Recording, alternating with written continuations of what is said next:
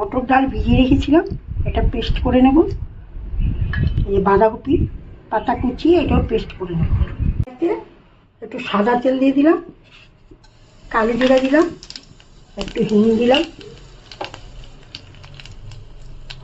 এবার বাঁধাকপি পেস্টটা দিয়ে দিলাম। বাটাটা জলটা অনেকটা কমে গেছে। এবার এই মটর ডাল বেটে রেখেছিলাম এটা দিয়ে দেব।